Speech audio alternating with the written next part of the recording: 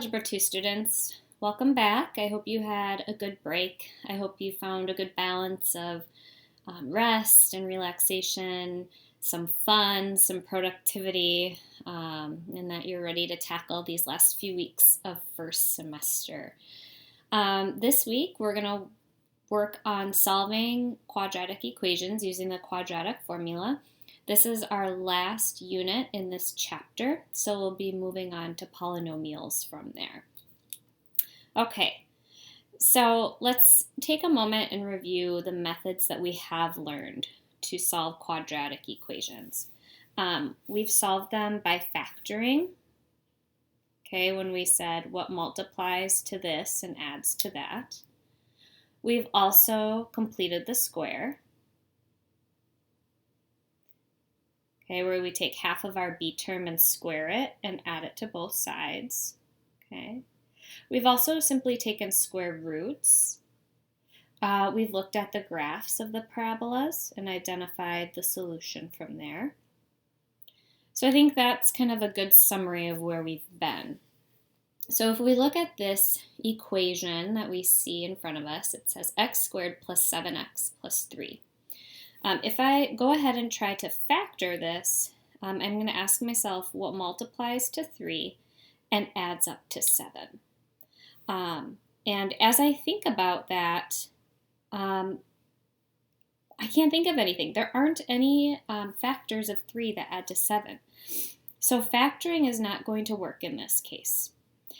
So that's not going to work. I could try completing the square.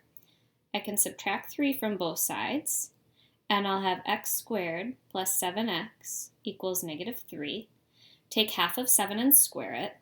So then I have fractions and decimals, and you all have expressed that you don't really love doing that. If I want to graph this accurately, I'm probably going to have to grab a calculator or Desmos. So you can see how we kind of end up with this kind of challenge here. So these methods, some are not always going to work. Some, even though they will work, like completing the square, become tedious. And so we need a method that can work in all situations. And that one for us is the quadratic formula. So no matter what type of quadratic equation you are given, you can always use the quadratic formula. Okay, so what is the quadratic formula? You can see it on your screen here. It is x equals negative b plus or minus the square root of b squared minus 4ac all over 2a. Now, you might be wondering, where are these a, b's, and c's coming from? Okay, we know that when we solve a quadratic, we're solving for the x-intercepts, the roots, the zeros, so that x equals part makes sense. But remember, when we have a quadratic formula that's in standard form, it looks like this: ax squared plus bx plus c. So that's where the a, b, and c are coming from. They are the coefficients of the terms in our equation. Now I want you to notice we will be simplifying this twice because many quadratic equations have two solutions. That's why you see the plus minus here.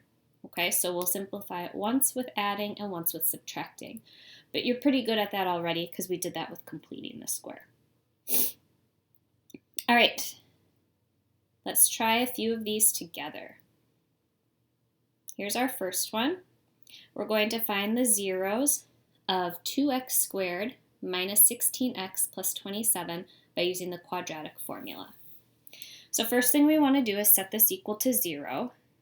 Okay, I don't have to subtract or anything right now, so that's easy.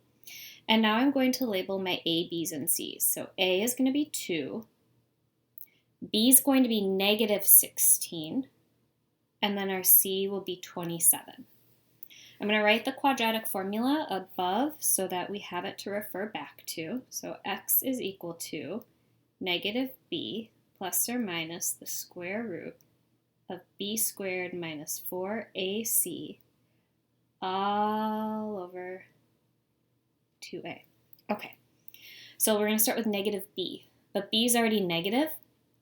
So a negative times a negative is a positive. So we'll have a positive 16 plus or minus the square root of b squared So we're going to take that negative 16 and square it.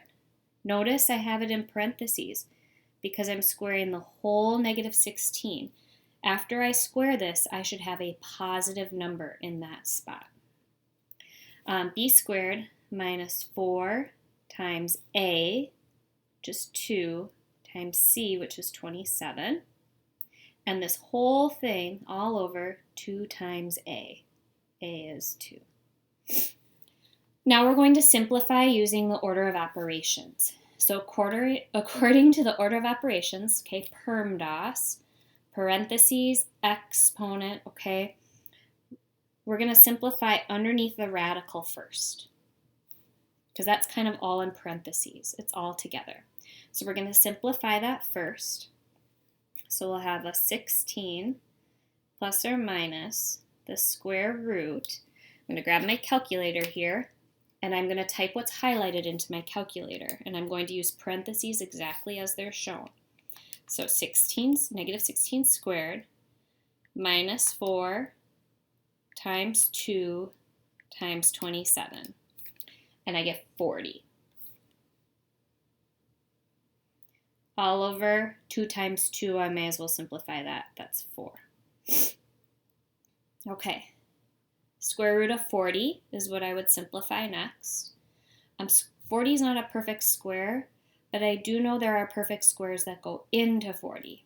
4 times 10. So I'm going to simplify it that way. So square root of 4 times the square root of 10. So I've got 2 root 10. That's what that simplifies to. So I'm going to write that out. Slide my screen up a little bit here. 16 plus or minus 2 root 10 all over 4. We're almost done because we can't add 16 and 2 square root 10 because they're just not like terms, okay? But what I do notice is I notice that every term here, the 16, the 2 root 10, and the 4 all have a common factor. They all have a common factor of 2. So what I'm going to do to simplify this is I am going to divide each of those terms by 2. And then I'll have my answer in a simplified form. So 16 divided by 2 is 8. 2 divided by 2 is 1. 4 divided by 2 is 2. So now my answer is simplified. 8 plus or minus the square root of 10 over 2. You could also write it as 4 plus or minus root 10 over 2, but this way is okay too. All right, let's try one more together, and then I'm going to have you try one on your own. Here's our next one.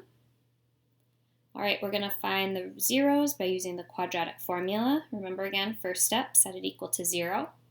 Second step, label your A, B, and C. Now I substitute into the quadratic formula. X is equal to negative B plus or minus the square root of B squared minus 4 times A, which is 4, times C, which is 2, all over 2 times A, which is 4. Again, we simplify underneath the radical first. So x is equal to negative 3 plus or minus the square root, grab my calculator again, 3 squared is 9, minus 4 times 4 times 2. Oops. 4 times 4 is 16, times 2 is 32. I have negative 23. All over 8. Okay, the square root of negative 23. Negative 23 is an imaginary number, so I'm going to have to factor out I, and 23 is prime, so I can't reduce that any further. But what I can do is I can factor out a negative 1, which is equal to I, and then I have my square root of 23. So let's simplify that. X is equal to negative 3 plus or minus I root 23 all over 8. Let's take a look to see if there's anything else we can be simplifying.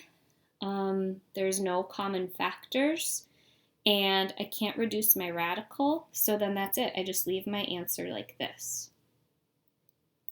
Now, if I had perfect squares and whole numbers, I could keep going and I could add and subtract, but in this case, I cannot. Okay. One thing I want you to notice is sometimes you will get a quadratic equation. There's one example given right here that is factorable, but the directions might say use the quadratic formula. So you need to make sure you follow the directions and show the work of using the quadratic formula, but you can also go back and double check your work by factoring because that's such a quick task.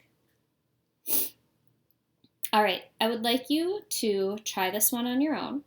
And then when you come back for the second video, we'll check your answer and then we'll talk about the discriminant of the quadratic formula and how we can use that.